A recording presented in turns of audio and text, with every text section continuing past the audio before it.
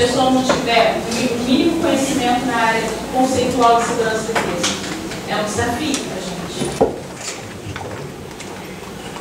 Então, hoje, essa é a nossa equipe, né? Eu sou a líder do grupo de IoT, né, de Marcelo Barros, a Gabriela Nichols. Deixa eu só voltar aqui rapidinho. Deixa eu voltar. Vai passar. Mas o que eu gostaria de comentar com vocês em relação ao semente de futuro em IoT? IoT pode ser estudado, levantado em termos de tendências, dentro de vários aspectos, da sociedade civil, da indústria e da área de segurança e defesa. E aí tem a parte de regulamentação que nós estudamos os principais atores que são motivadores, que conseguem mover essa área dentro de uma temática organizacional. O último semente de futuro em IoT, nós colocamos o desafio da União Europeia de fazer uma regulamentação de IoT dentro da União Europeia em contrapartida com a posição chinesa na região. Qual o grande desafio deles? Eles estão investindo hoje em empresas, em universidades, em vários setores acadêmicos para que eles possam desenvolver estudos de evolução da tecnologia e fazer isso ser aplicado dentro das cidades da União Europeia. Eles ainda não conseguiram realizar essa aplicação.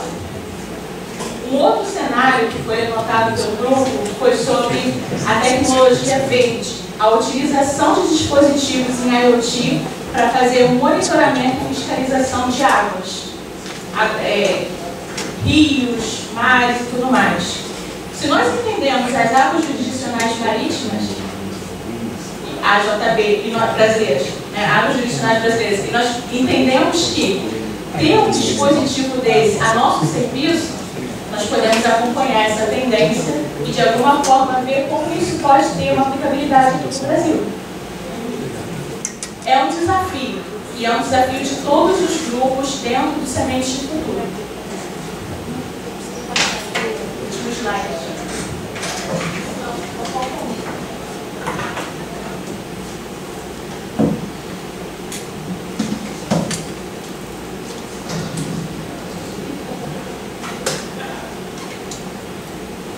Tinha mais um slide, né, que eu queria mostrar para vocês quais foram os últimos sementes de futuro em IoT com os atores. Então, a parte metodológica, que é um grande desafio, nós temos que olhar ator, nós temos que olhar a indústria, nós temos que olhar a ferramental, nós temos que olhar o conceitual para poder fazer essa análise. É complexo, mas é gratificante porque nós podemos, de alguma forma, contribuir para trazer novas visões dentro desse espectro.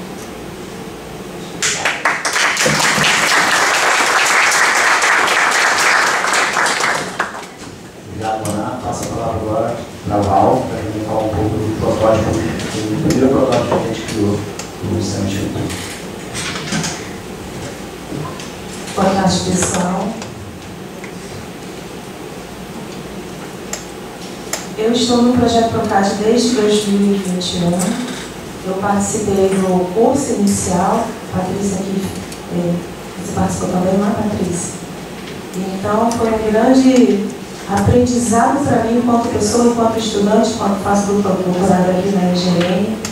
E ontem o professor Cláudio, essa fala aqui não estava prevista, mas o professor Cláudio falou assim: Val, vai lá, fala os desafios que você teve, porque sim, o projeto é grandioso, é um ambiente de muito aprendizado, mas tem sim os seus desafios. E eu fazia o elo entre o pesquisador, ou o servidor integrador, e a organização, e a equipe Procad.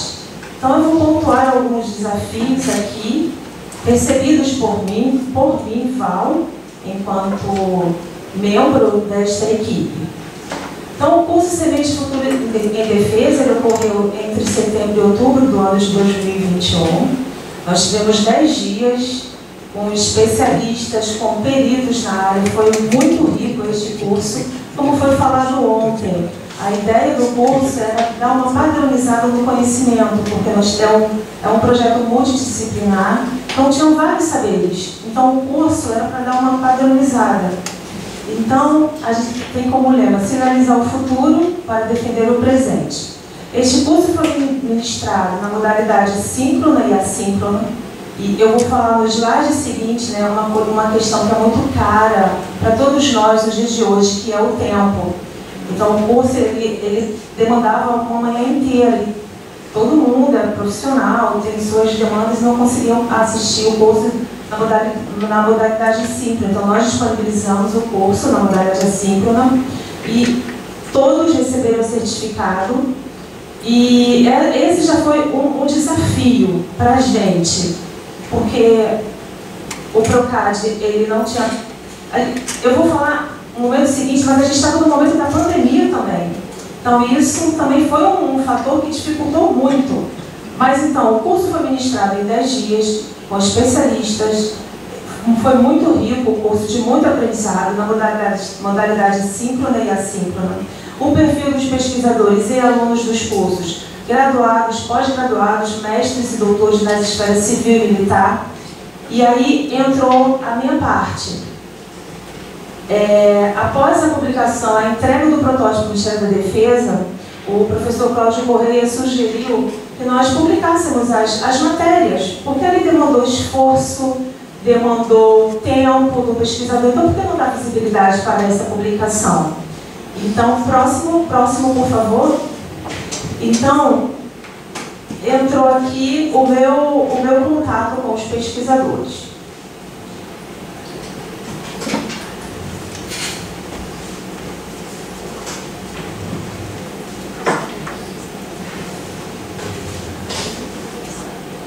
Bom, então quais foram esses desafios encontrados por mim? Reitero, a percepção minha, não do projeto em si.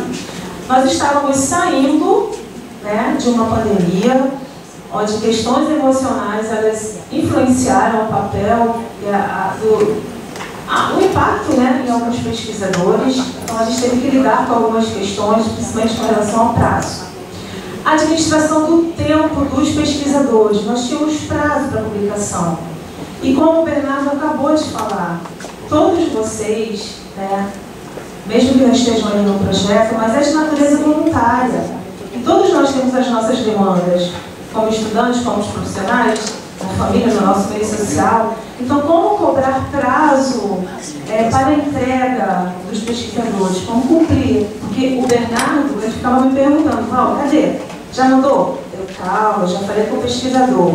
Aí, Val, e aí, teve resposta? Eu não. Então, isso foi um dos desafios, né, de você também administrar não só o teu prazo, mas administrar o tempo dos pesquisadores. E veio uma questão aqui que eu até vou pular, porque eu vi que o professor Daniel Pérez está aqui, ele chegou agora. Qual seria o melhor meio para contatar os pesquisadores para cobrar este prazo? Um e-mail, um WhatsApp, uma ligação? Então, no primeiro momento a gente encaminhava um e-mail, acho que quem está no protótipo sabe do que eu estou falando. Passava-se uma semana, passavam-se 2 semanas e nada. Aí vamos para o próximo passo, o WhatsApp, que é uma coisa meio invasiva. Eu não conheço, eu não tenho intimidade com o professor Daniel Pérez para ficar mandando WhatsApp para ele. Mas era também um meio necessário. E por fim, também não visualizou minha mensagem. Vou ligar. Eu não sei se o senhor se lembra disso. Mas, tipo, o prazo era para 2 dias. Eu liguei para o professor Daniel Pérez e ele atendeu assim: nem sei onde o senhor estava. Quem é? Aí eu, é que é a Val, só que ele sabe que eu sou. Ou eu estou fora do país, não estou nem no Brasil. Imagina como que eu ficava, assim. Me desculpa, não, tudo bem, professor. É só sobre as questões. O senhor se lembra dessa situação, professor? Não, desculpa, sim. E ele, não, olha, eu retorno ao Brasil daqui a 2 semanas, enfim. Isso é um desafio para a gente, que está esse elo, por conta das demandas pessoais, que vocês reiteram, de natureza voluntária, e aqui a gente com prazo, né? Então, ainda é esse desafio, qual que é o melhor meio para que não se torne uma coisa invasiva? Vou ligar, vou pedir, vou cobrar uma matéria que não é escrita em qualquer momento, não é escrita numa tarde, não vai ser uma, tipo, estou aqui, vou parar a minha série e vou escrever uma matéria, não é bem assim.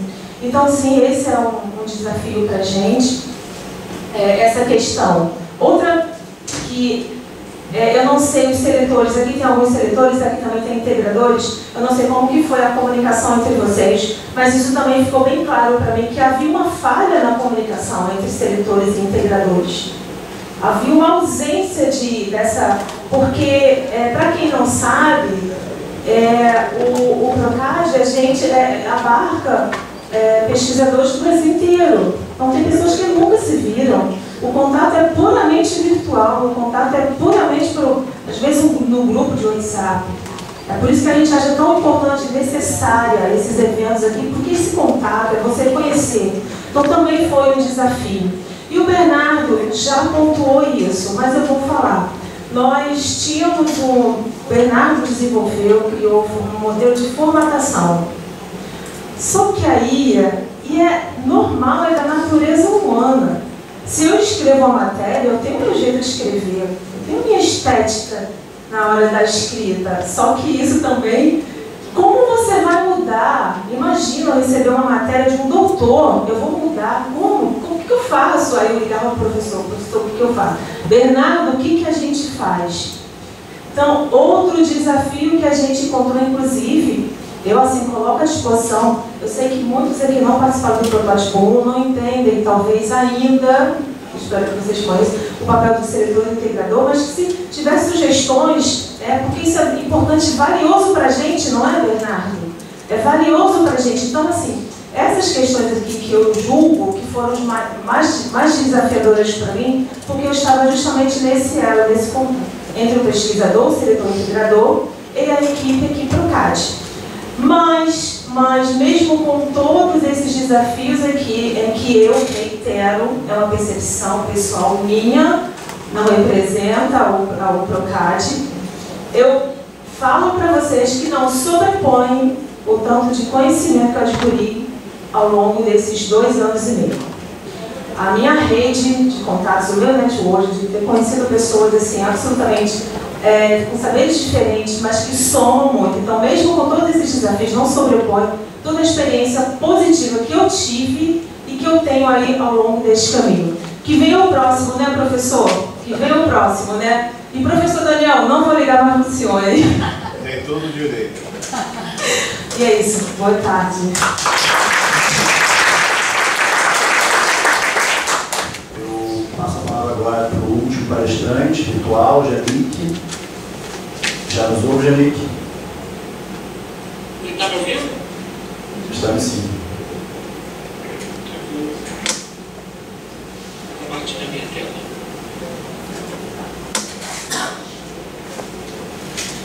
Você consegue falar um pouquinho mais alto para a gente, Vinícius, por favor? Vou aumentar aqui. Desculpa, eu não ouvi.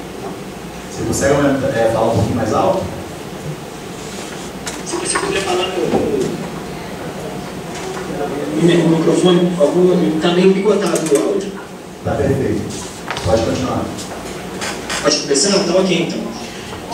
Bom, pessoal, novamente, prazer estar aqui com vocês. Ontem eu já apresentei a minha tese. Em determinado momento da apresentação, eu disse que eu compartilharia em outra mesa questão sobre classificação das sementes de futuro, né? Bom, diferente da Val, da Moná e do Bernardo, que acabaram de apresentar aí para vocês, eles têm uma visão de dentro, porque eles estavam diretamente envolvidos com o planejamento, produção, publicação do protótipo 21, e acabou que eu estou compartilhando com vocês pela primeira vez, porque eu não compartilhei isso com ninguém até o momento, uma visão de fora, uma visão a partir de uma análise do protótipo 21 publicado. Eu estou aqui a convite do professor Corrêa, que eu compartilhei com ele, na realidade, é a única pessoa que eu conversei sobre essa análise, e aí ele me falou que ele gostaria que eu compartilhasse essa análise aqui na jornada. Então, só para recapitular, o protótipo 21 ele teve o objetivo de testar a rede, né?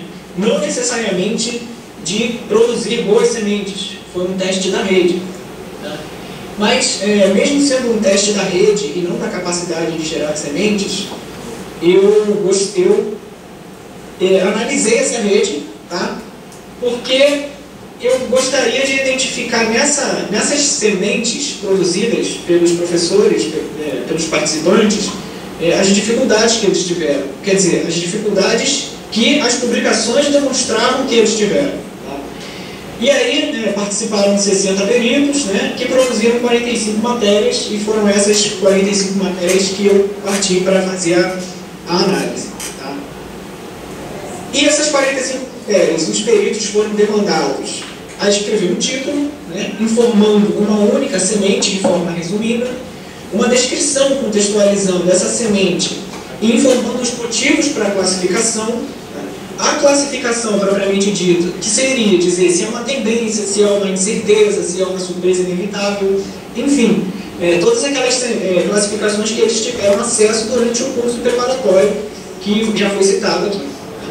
O impacto em defesa, que seria informar a relação de causa e efeito entre essa semente e o objeto de defesa que está sendo tratado, como objeto de importância para a defesa e segurança, e o indicador, que sempre fique disponível para ser apontado, para que seja acompanhado, para verificar a evolução para um lado ou outro dessa semente. Então, analisando essas sementes, essas produções, essas matérias, eu identifiquei alguns erros, a maioria deles estruturais, que dizem respeito a basicamente 3 pontos. Utilização indevida dos campos, ambiguidade, quer dizer, fica meio confuso, a pessoa fala 2 coisas, 3 ao mesmo tempo, a gente não sabe, propriamente dito, não tem uma objetividade naquele espaço tão pequeno para passar uma ideia, e que seria também a comunicação com o objetivo da semente. Não foi meu foco tratar dos erros estruturais, mas eu levantei 3 hipóteses aí que eu não aprofundei. Que seria a possibilidade de causa desses erros, seria a própria estrutura do protótipo 21. A Val até citou aí a pouca comunicação entre os integradores e os cededores. É basicamente essa a hipótese de erro na estrutura do protótipo 21. Tá? Profissionais que não são acadêmicos, quer dizer, eles entendem muito do que eles estão falando, mas eles têm pouca experiência em descrever textos de maneira sucinta. Dá para ver em algumas sementes, em algumas matérias, que eles sabem do que eles estão falando, mas falta mesmo a objetividade da escrita. E, por outro lado, uma terceira hipótese, são acadêmicos muito experientes, que eles não conseguem se desprender daquelas burocracias acadêmicas da escrita, que não necessariamente são valiosas nessa escrita bastante resumida da semente de futuro. Mas o erro comum que eu realmente me foquei aqui foi o erro conceitual, que é a classificação incorreta ou insuficiente da semente de futuro. Porque é importante saber ter uma classificação mais próxima da real possível, porque sementes de futuro se comportam de maneira diferente durante o planejamento estratégico. Por exemplo, uma tendência de peso. Eu gosto de usar uma frase de um livro da década de 90, do John Naisbitt, e ele diz o seguinte: deixa eu ver aqui, a Jéssica acabou de falar que eu estou sem vídeo, e é verdade. Como é que eu faço para colocar o vídeo aqui?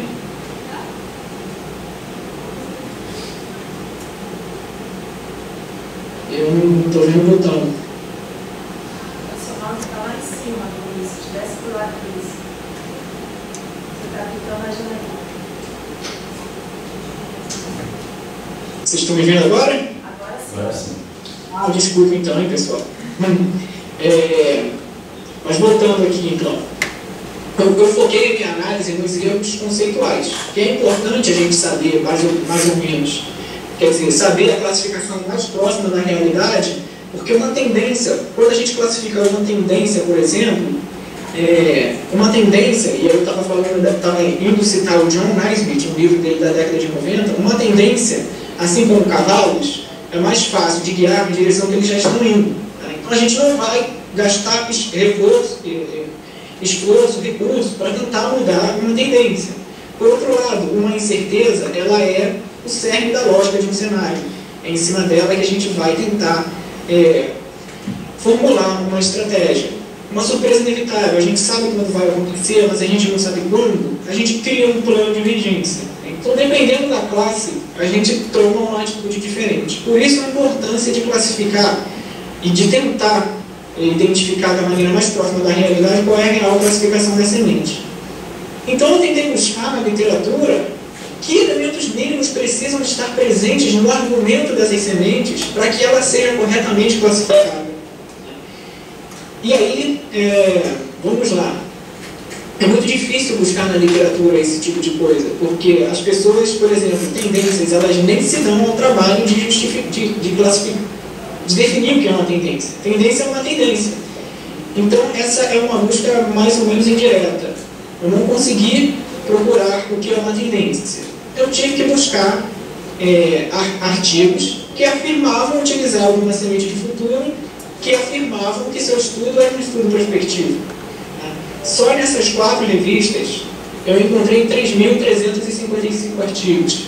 E eu não coloquei todas as revistas, eu selecionei só as que tinham um fator de impacto relevante. Existem outras revistas, por exemplo, a Futures, que na época não tinha fator de impacto, hoje em dia ela já tem. E ainda consigo citar a Futures and STI Government, que também é uma revista importante para a área, mas na época também não tinha fator de impacto, e hoje ela já tem. Na época que eu digo, na época que eu fiz essa revisão. Então aqui só para mostrar para vocês, não está aparecendo, deixa eu jogar para outra tela. Não vai aparecer. Já vimos. Não vou conseguir mostrar para vocês os 3.355 artigos que eu encontrei. Nós vimos. Então, a partir desses 3.355, é muita coisa. Eu dei um jeito de fazer apareceu, Jéssica me disse, apareceu a velocidade da internet. Vamos ver. Apareceu, eu estou vendo daqui. Então, esses são aí os 3.355 artigos. Eu inventei um jeito de automatizar, não é uma automatização perfeita, mas é uma automatização que me dá certo apontamento, certo norte para procurar no meio desses 3.000 e tantos artigos, aqueles que provavelmente vão me dar algumas respostas. Tá? E dentro desses artigos que eu encontrei, eu identifiquei alguns critérios objetivos e as sementes de futuro têm que ter, minimamente, para que sejam classificadas como tal. Então, por exemplo, esses critérios objetivos basicamente são 3. Informações sobre como elas podem se desdobrar no futuro, informações sobre quando elas podem se concretizar e informações sobre a marcha dos eventos. Então, por exemplo, uma tendência de peso, em geral, os autores que afirmavam utilizar essa tendência de peso davam informações sobre como ela pode se desdobrar, quando ela pode se concretizar e que elas estavam em marcha no momento. Uma incerteza crítica, por outro lado. Em geral, os autores que afirmavam usar incertezas críticas não sabiam informar como elas poderiam se desdobrar, quando elas poderiam se concretizar e a marcha dos eventos. Então, esse trabalho, ele já é um artigo quase pronto, um artigo que eu convidei o professor Corrêa para participar, um artigo sobre a supervisão do professor Salgado e da professora Bela, e que eu estou pretendendo buscar uma revista para publicar e compartilhar com vocês essa proposta que eu, inclusive, vou usar na minha tese como parte do modelo de classificação de sementes de futuro, a partir dos fatores condicionantes que a gente vai identificar nas etapas quanti-quali de avaliação de tendência, de avaliação da eficiência e dos fatores condicionantes. Só para finalizar, esse é um quadro que, aplicando esses critérios objetivos que eu identifiquei, eu reavaliei todas as sementes publicadas, e das 45, 18 que os autores diziam ser tendências, por exemplo, 9 de fato eram tendências, uma era uma incerteza crítica, 3 tinham características de fato portador de futuro, 3 de surpresa inevitável e 2 eu não conseguia nem identificar porque não tinha elemento suficiente para dizer que era nenhuma das sementes. Né? Tiveram alguns casos onde o autor da semente colocou que a semente era uma tendência e uma incerteza ao mesmo tempo. Eu não conseguia entender como é que alguma coisa pode ser uma tendência e uma incerteza ao mesmo tempo. Então eu gostaria de dizer para vocês que os desafios que eu encontrei fazendo essa análise, dos mais graves é de natureza conceitual a respeito do entendimento sobre o que seria uma semente de futuro. E a minha contribuição com esse trabalho, que eu pretendo compartilhar com vocês em forma de artigo muito em breve, é os critérios objetivos que norteiam minimamente a classificação de uma semente de futuro. Acho que eu falei os 10 minutos. Muito obrigado pela atenção de vocês e, caso vocês tenham alguma dúvida, estou à disposição.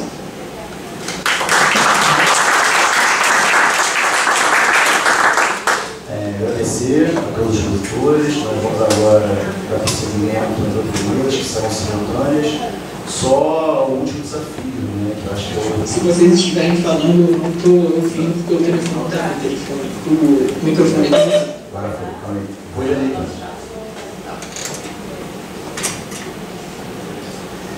só agradecer. E o desafio maior, eu acho que todos os expositores que vieram aqui nessa mesa vão concordar comigo, que é o desafio de falar em 10 minutos. Acho que é quase impossível para quem é pesquisador e gosta de mostrar o andamento do seu trabalho. Tá? Obrigado. Agora, caso queiram selecionar determinadas salas da gente pesquisa, tudo bem? Só um minuto, eu sou o Ronald, que eu vou dar um recado. Deixa eu ver. Não sei se agora.